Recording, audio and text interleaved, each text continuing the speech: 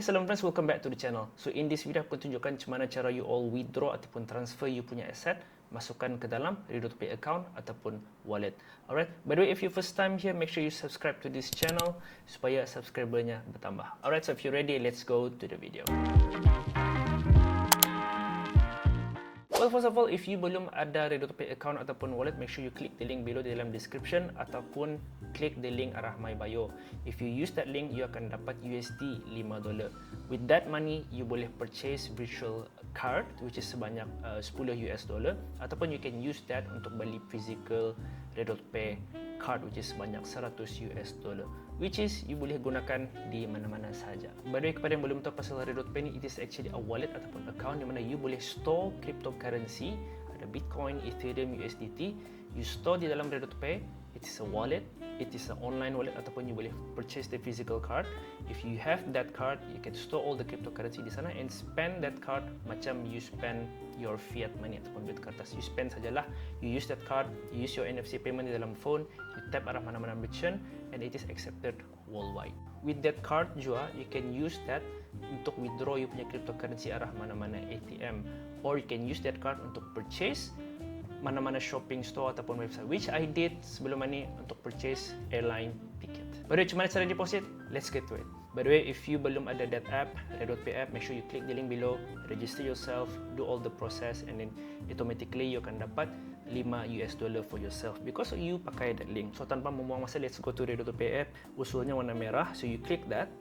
So ia akan tunjukkan the interface. This is how it looks like. So you ada Bitcoin, USDT, Ethereum, USDC, it is a stable coin, USDS also a stable coin. So as you can see here, there are a lot of activities yang aku pernah buat di sini. Alright, DHL, pernah hantar barang, my kopitiam, aku ada beli makanan, right? So aku bayar my food menggunakan cryptocurrency, menggunakan RedotPay app.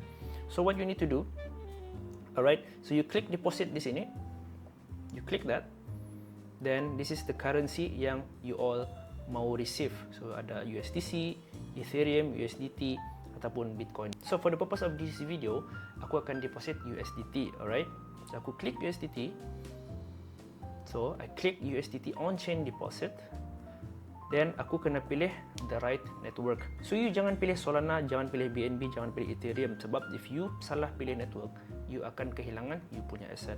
Since ini adalah USDT, you kena pilih TRC20 ataupun Tron. So you click that. So make sure the network is TRC20. Then you copy this address. There's a long numbers, long letters. You click that address. Make sure jangan hilang. Then you go to Bybit. For the purpose of this video, aku akan transfer my asset dari Bybit ke RedotPay. So I go to Bybit. Click Bybit. So this is actually my account. This is how it looks like. I go to arah home. Ada $44 di sini. Then I go to asset di bawah sekali sebelah kanan. So this is my asset. So ada funding, ada unified trading. So in order untuk you transfer you punya asset keluar daripada Bybit, you need to put your asset di dalam funding account, bukan unified trading account. So what I need to do, aku kena klik unified trading. Aku akan klik USDT yang aku transfer, right? USDT, then aku kena transfer. Okay, berapa aku mau keluarkan? So this is from unified to funding. Aku mau say 10 USDT sajalah for the purpose of this video. Then aku klik confirm. So transferred successfully. Then I have funding sebanyak $10. So I click funding. Aku klik withdraw. Remember, RedotPay should be deposit. Yang outgoing ataupun yang kan menghantar, which is Bybit in this case, you kena klik withdraw. So I click withdraw. Klik USDT.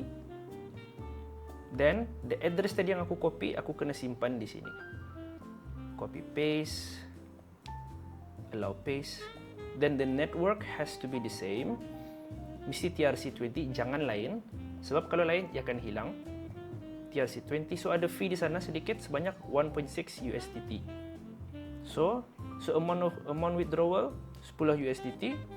Now, after deduction, after fee dan sebagainya, 10 USDT jadi 8.4 USDT. So I click withdraw. klik confirm. So, okay, akan ada banyak verification, akan ada banyak confirmation, and you kena biasakan buat barang ni. This is how the security works. So, I have to get code, which is diantar ke aku punya email. Google Authenticator, paste di sini, then confirm. Withdrawal application submitted. Klik OK. Then what you need to do, tunggu sajalah, tunggu ia sampai ke dalam RedotPay. If you go to USDT, alright, so it says here ada pending orders. So let's just wait. Then deposited successfully. So that's how you transfer asset from Bybit to RedotPay. Just click OK. Alright. Then it will appear arah transaction di sini yang you receive 8.4 USDT. So I hope you learned something in this video. Macam mana cara hantar asset from one crypto exchange to another, from wallet to another. So doesn't have to be RedotPay ataupun Bybit. It can be from crypto.com to Binance. It can be from Kraken to Bybit, or from RedotPay to any other crypto exchange. The system masih sama, the steps masih sama. Alright.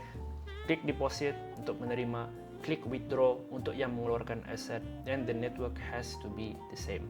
So thank you so much for watching this video, and I hope you belajar sesuatu. And if you rasa you belajar sesuatu, make sure you click subscribe supaya subscribernya bertambah. I'll see you on the next video. Assalamualaikum, bye bye.